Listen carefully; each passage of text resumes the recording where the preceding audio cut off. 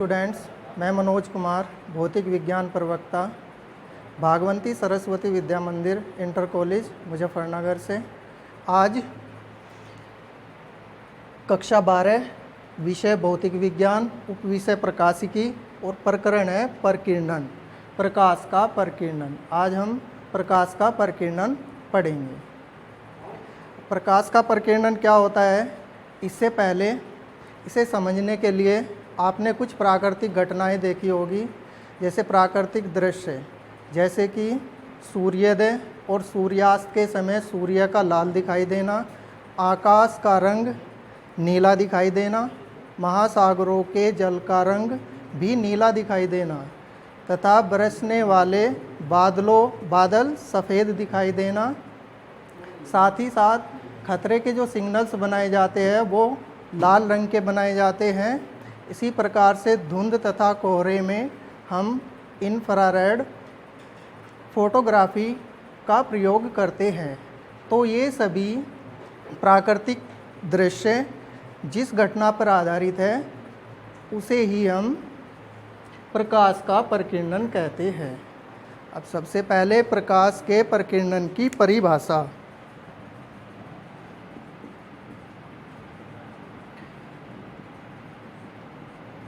इसकी परिभाषा के लिए, प्रकाश जब किसी ऐसे माध्यम से होकर गुजरता है जिसमें उपस्थित धूल के कण, द्रव के कण आदि या उसके अणु, उनका आकार प्रकाश की तरंगदैर्ध्य की तुलना में बहुत छोटा होता है, तो वे कण या अणु प्रकाश ऊर्जा को अवशोषित कर उसे पुनः भिन्न दिशा में विकिरित कर देते हैं। प्रकाश की इस घटना को हम प्रकाश का परकीर्णन कहते हैं। तो इसकी परिभाषा लिख सकते हैं शॉर्ट में, जैसे माध्यम के कणों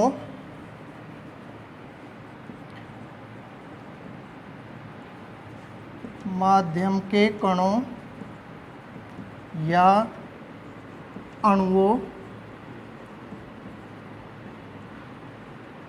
अणुओं द्वारा प्रकाश ऊर्जा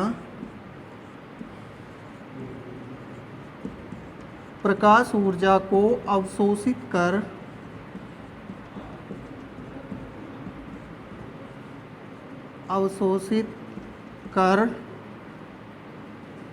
उसे पुनः अन्य दिशाओं में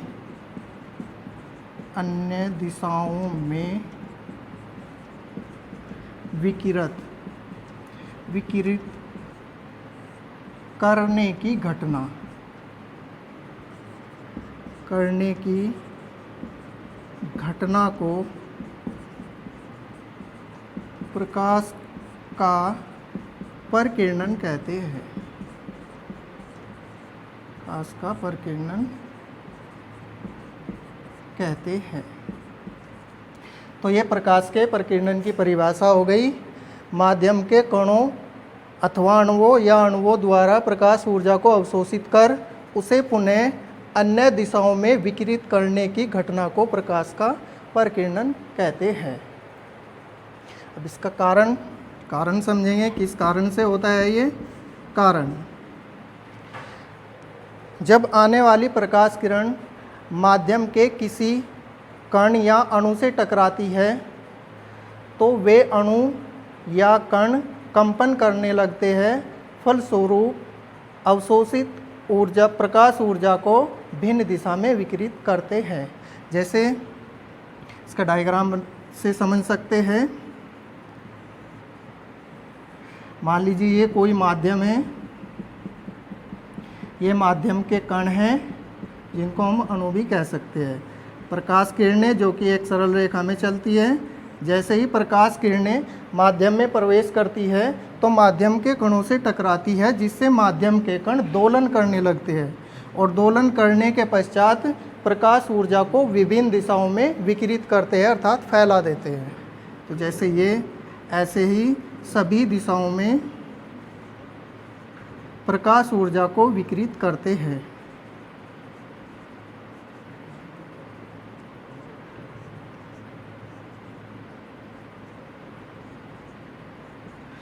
इस प्रकार से प्रकाश सभी दिशाओं में फैल जाता है।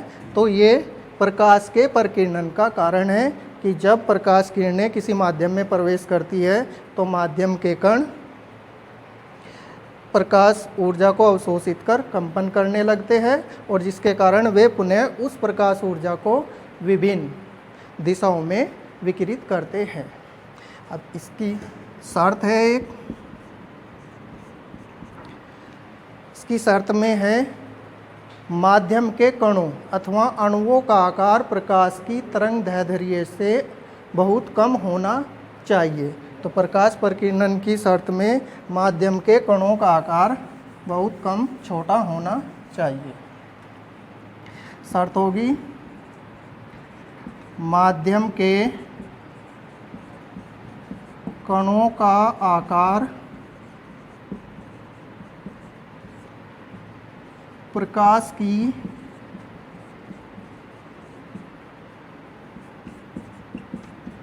तरंग दैर्ध्य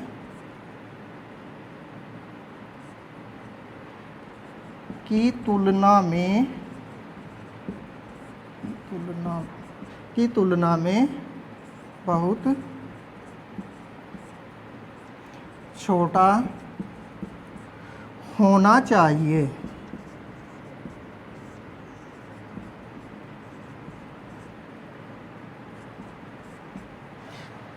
तो प्रकाश प्रकीर्णन की परिभाषा हो गई है, ये कारण हो गया है और इसकी एक शर्त है, ये शर्त हो गई है कि माध्यम के कणों का आकार जो है प्रकाश की तरंग दैर्ध्य की तुलना में बहुत छोटा होना चाहिए।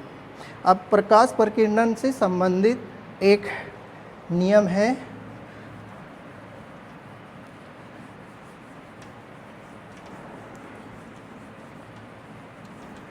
लॉर्ड रेले का नियम। लॉर्ड रेले का नियम। लॉर्ड रेले ने प्रकाश के प्रकीर्णन संबंधी एक नियम प्रस्तुत किया। इस नियम के अनुसार किसी कण द्वारा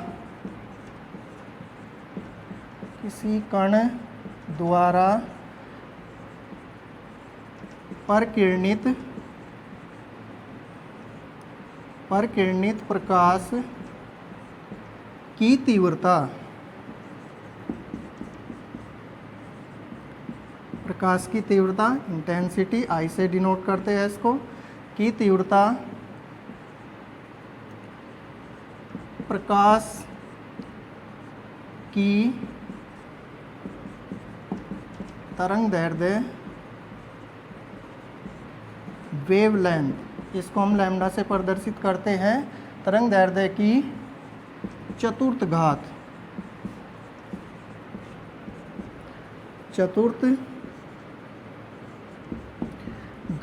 के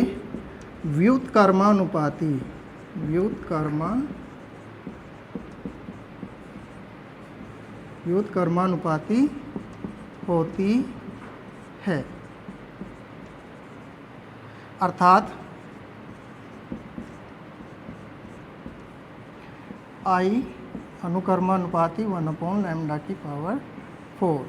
तो ये लॉर्ड रेले का नियम है। किसी कण द्वारा प्रकीर्णित प्रकाश की तीव्रता आई प्रकाश की तरंग दैर्ध्य लैम्डा की चतुर्थ घात के व्युत्क्रमानुपाती होती है। प्रकाश के प्रकीर्णन में आपतित प्रकाश की तरंग दैर्ध्य तथा प्रकीर्णित प्रकाश की तरंग दैर्ध्य में कोई अंतर नहीं आता है, केवल तीव्रताएं बदलती है, क्योंकि भिन्न भिन्न रंगों के लिए प्रकाश की तरंग दैर्ध्य भिन्न भिन्न होती है।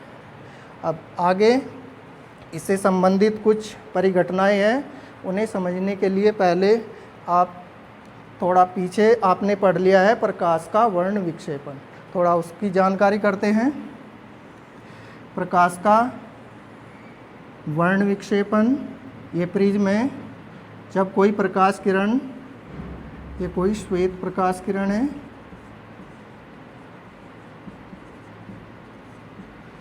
किसी प्रिज्म पर डाली जाती है तो ये अपने रंगों में विभक्त हो जाती है।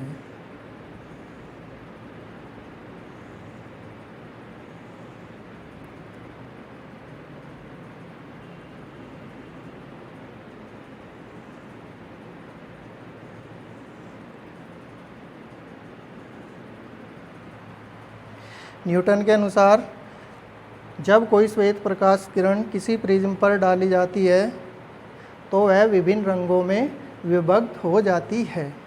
अब इसमें एक पर्दा रखा हुआ है, पर्दे पर श्वेत प्रकाश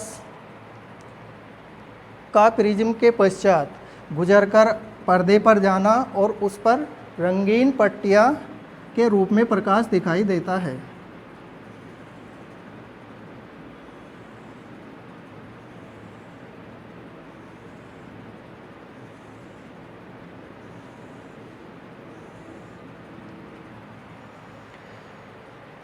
प्रकाश वर्ण विक्षेपण में ये प्रकाश अनंत रंगों में विभक्त हो जाता है, लेकिन अनंत रंगों के नाम रखना असंभव है, इसलिए हमने मुख्यतः 7 रंग माने हैं।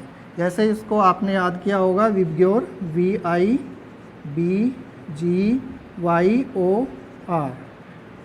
ये वॉयलेट होता है, Indigo, blue, green, yellow, orange और रेड। इसके पश्चात ये देखा गया कि प्रकाश जो है लाल रंग से परे तक का फैला होता है, जो कि अदृश्य होता है, इसलिए इस भाग को हमने इंफ्रारेड रेडिएशन,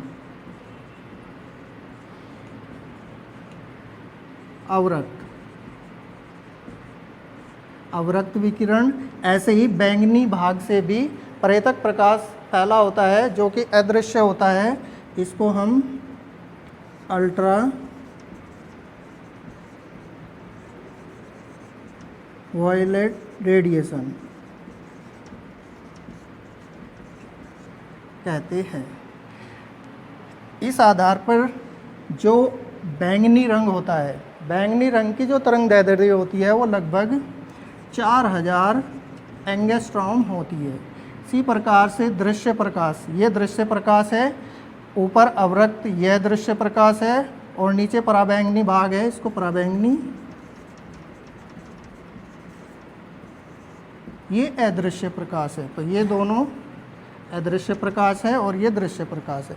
तो दृश्य प्रकाश में बैंगनी रंग की जो तरंग दैर्ध्य होती है लगभग 4000 एंगस्ट्रॉम, ये कम होती है, और लाल रंग की जो तरंग दैर्ध्य है वो लगभग 7500 एंगस्ट्रॉम होती है। तो इस आधार पर लॉर्ड रेले के नियम का प्रयोग करके हमें जो रिजल्ट प्राप्त होते हैं वे नंबर 1, बैंगनी रंग की तरंग दैर्ध्य सबसे कम है, इसलिए बैंगनी रंग के प्रकाश का परकिरणन सबसे अधिक होता है।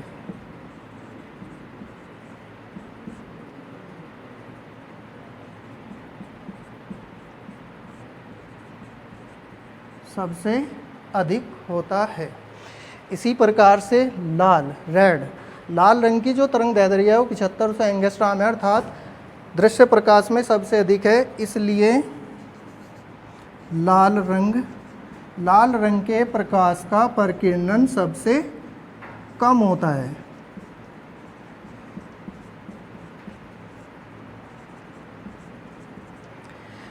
नंबर 3, अवरक्त विकिरण। अवरक्त विकिरण की जो तरंग दैर्ध्य है वो लाल रंग से भी कहीं अधिक होती है, इसलिए अवरक्त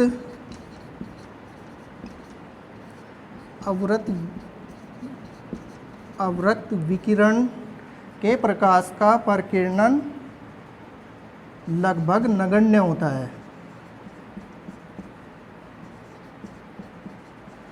नगण्य होता है। तो इससे हमें 3 रिजल्ट निकल कर आए हैं कि बैंगनी रंग के प्रकाश का परिकिरणन सबसे अधिक होता है, लाल रंग के प्रकाश का परिकिरणन सबसे कम होता है तथा अवरक्त विकिरण का परिकिरणन लगभग नगण्य होता है। अब जो आपके 3 कलर है नीचे जिनकी तरंगदैर्ध्य कम होती है, वॉयलेट, इंडिको, ब्लू, बैंगनी, आसमानी और नीला, इन तीनों रंग में भी जो ब्लू रंग है इसका परिकिरणन अधिक होता है, अर्थात बैंगनी रंग के सापेक्ष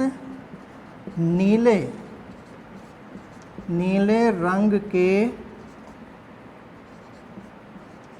रंग के प्रकाश का परिकिरणन 10 गुना अधिक होता है। तो अब इससे आधारित कुछ घटनाएं हैं जो इन नियमों का प्रयोग करेंगे, हम वो समझेंगे।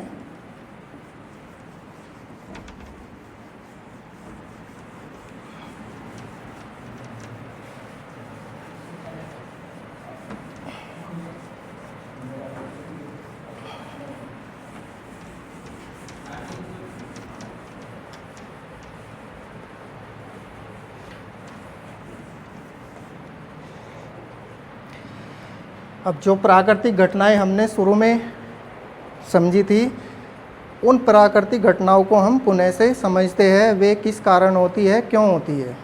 जैसे नंबर 1 पर बताया गया था सूर्योदय तथा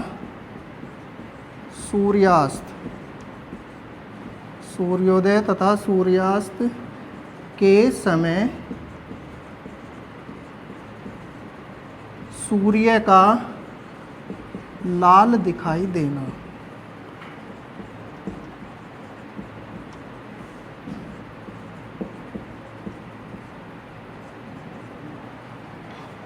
सूर्योदय और सूर्यास्त के समय सूर्य का लाल दिखाई देना प्रकाश के परिकिरणन पर आधारित है। अब इसको समझेंगे कैसे। मान लीजिए ये हमारी पृथ्वी है। जब सूर्यास्त अर्थात सूर्योदय और सूर्यास्त होता है तो सूर्य क्षैतिज से कुछ ही ऊपर स्थित होता है। सूर्य है, मान लीजिए यहाँ पर आपका कोई प्रेक्षक है।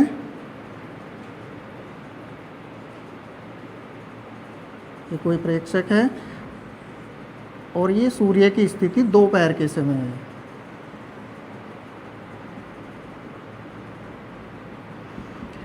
पृथ्वी के चारों ओर वायुमंडल स्थित है। ये पृथ्वी के चारों ओर वायुमंडल स्थित है।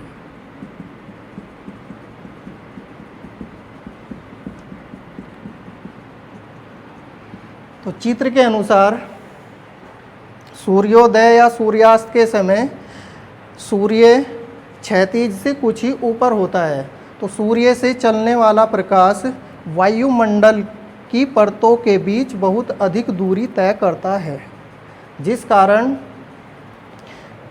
श्वेत प्रकाश में उपस्थित रंगों का परिकिरणन होता है। लाल रंग का परिकिरणन सबसे कम होता है, जबकि अन्य रंगों का परिकिरणन उससे अधिक होता है। इसलिए सूर्य से आने वाला प्रकाश सूर्य से आने वाले प्रकाश का केवल लाल रंग ही प्रेक्षक तक पहुंच पाता है, जबकि अन्य रंग परिकिरणन के कारण पहुंचते पहुंचते रास्ते में ही समाप्त हो जाते हैं।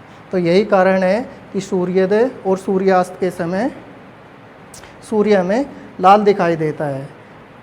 इसी प्रकार से दोपहर के समय सूर्य जब प्रेक्षक के ऊपर होता है तो तो सूर्य से आने वाले प्रकाश को वायुमंडल की परतों के बीच कम दूरी तय करनी पड़ती है, जिस कारण प्रकाश का आंशिक प्रकीर्णन होता है। इस आंशिक प्रकीर्णन में केवल प्रकाश के नीले रंग का ही प्रकीर्णन होता है, बाकी सभी रंग प्रेक्षक तक पहुंचते हैं और जिनका संयुक्त प्रभाव हल्का पीला रंग या हल्का या सफ़ेद रंग होता है। तो दोपहर के समय में हमें जो सूर्य है वो पीत वर्ण का या हल्का सफ़ेद रंग का दिखाई देता है। नंबर 2 पर घटना है।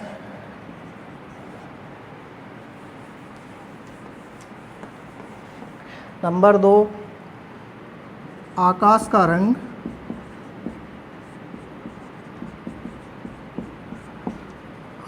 का रंग नीला।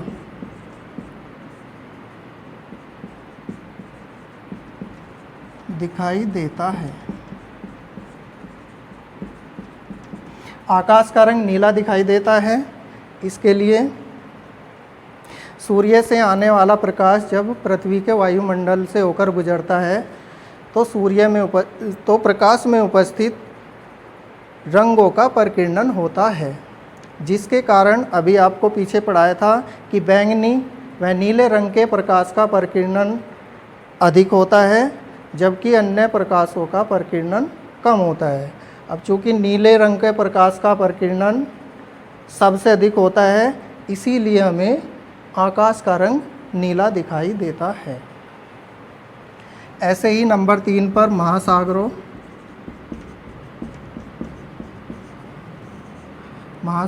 के जल का रंग भी नीला प्रतीत होता है।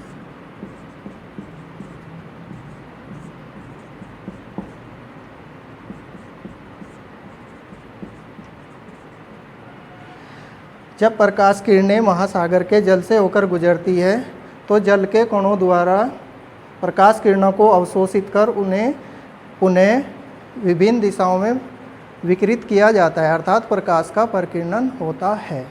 लाल रंग के प्रकाश का प्रकीर्णन सबसे कम होता है, जबकि बैंगनी व नीले रंग के प्रकाश का प्रकीर्णन अधिकतम होता है। बैंगनी और नीले रंग में भी नीले रंग के प्रकाश का प्रकीर्णन बैंगनी रंग के प्रकाश के प्रकीर्णन से लगभग 10 गुना अधिक होता है। इसीलिए हमें जो महासागरों का जो जल है वो हमें नीले रंग का प्रतीत होता है। नंबर 4, खतरे के संकेत देने वाले सिग्नल लाल रंग के बनाए जाते हैं।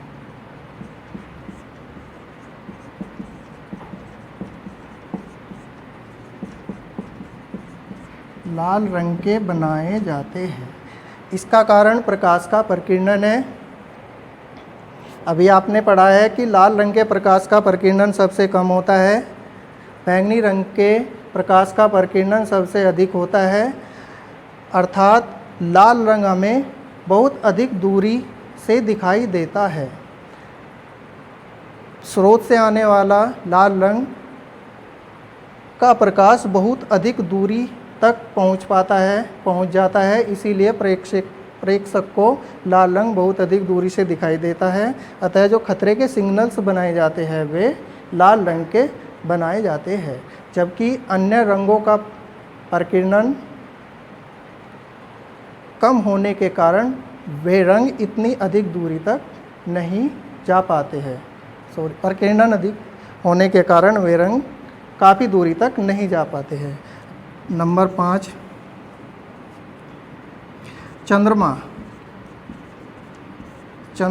के तल से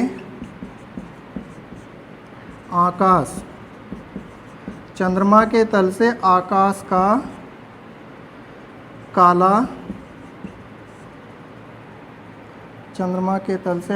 का काला दिखाई देना।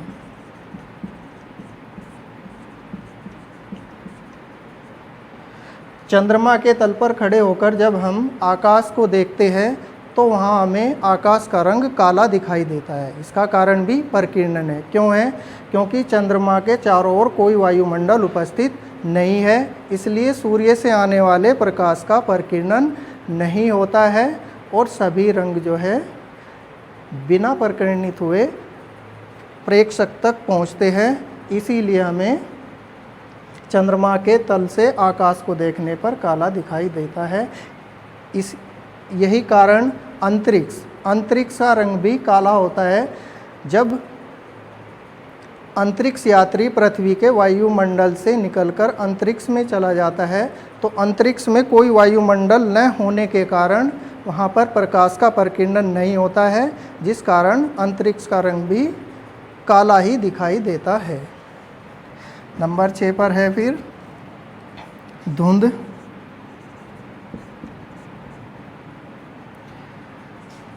धुंध या कोहरे में इंफ्रारेड फोटोग्राफी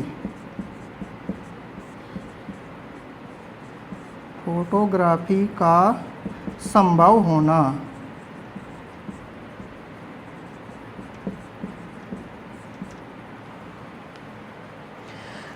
धुंध और कोहरे के समय हम इंफ्रारेड फोटोग्राफी द्वारा चित्र लेते हैं। अब ये क्या है? इंफ्रारेड फोटोग्राफी, अर्थात इसमें अभी बताया है कि जो अवरक्त विकिरण होता है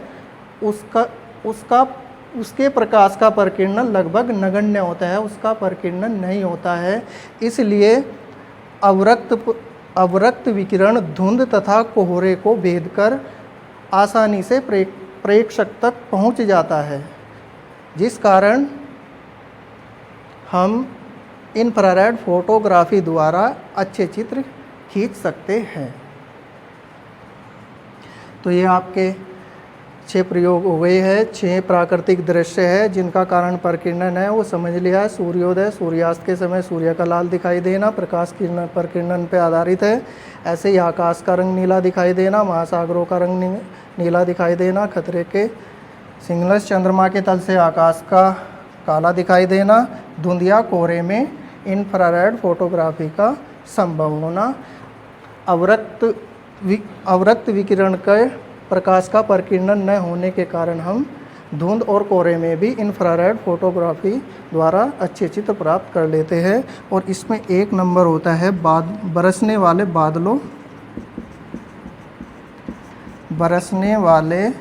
बादलों का सफ़ेद दिखाई देना।